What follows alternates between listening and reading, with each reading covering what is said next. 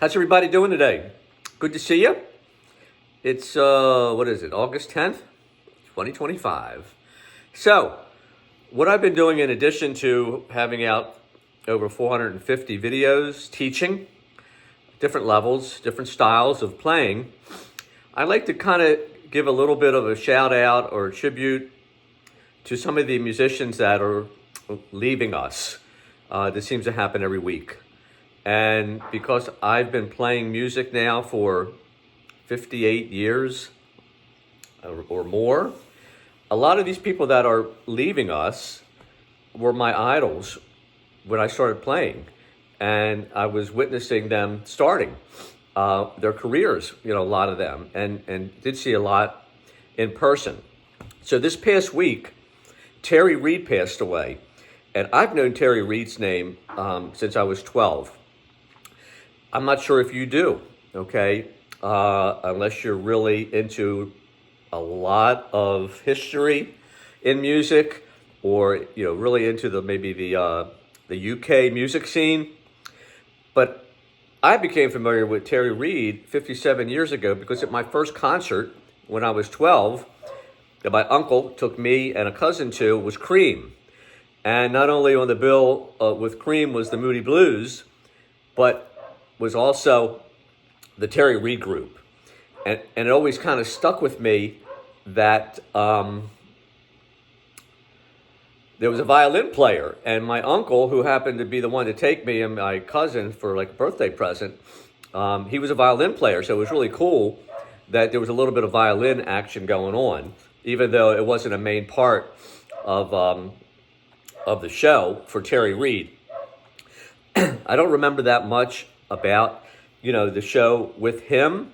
But when I started to look up a little bit more information, because after I saw him then, I never heard of him again for like 57 years until he passed away. And so I just thought I would check him out. And what is so cool is he was a major player in the music scene back in the day of all of the heavy rock guys coming up. His voice was sought after.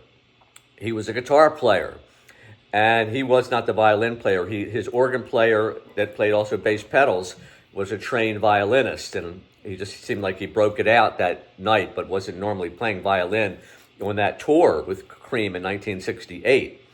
But what I found out is that Jimmy Page asked Terry Reid to be in his band as a lead vocalist, which became Led Zeppelin. He turned it down. Deep Purple, Ritchie Blackmore was looking for a new singer. The first one was not going to continue, and he asked Terry Reid to be a singer with Deep Purple, and did not go for that either. He had his own band. He was in another band. I forgot the name, Jane Americans or something like that. He wrote songs.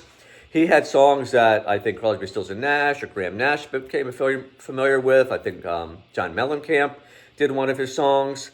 And not only did he tour with Cream, but he also was an opening act for the Rolling Stones on, I believe, more than one tour.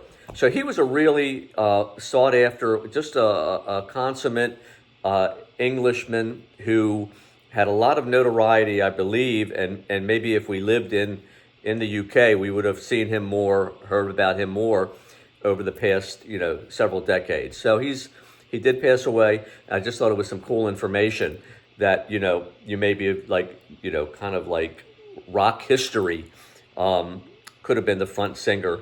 And what other cool thing was that I read, Jimmy Page, when was turned down by Terry Reid, he said, I know this other band, and they have a lead singer named Robert Plant, and they have a drummer named John Bonham. You ought to check them out. And so Terry Reid was kind of instrumental in the beginning of Led Zeppelin. So anyway, I listened a little bit of Terry Reid, and I didn't really kind of come up with anything I wanted to play by him. But since it's kind of a cool memory, and Cream was my first concert, and of course Eric Clapton, has been part of our lives as, musicians for the whole time we've been playing. I just thought I'd play a song to put Cream on the map. Just a little piece. Sunshine of Your Love.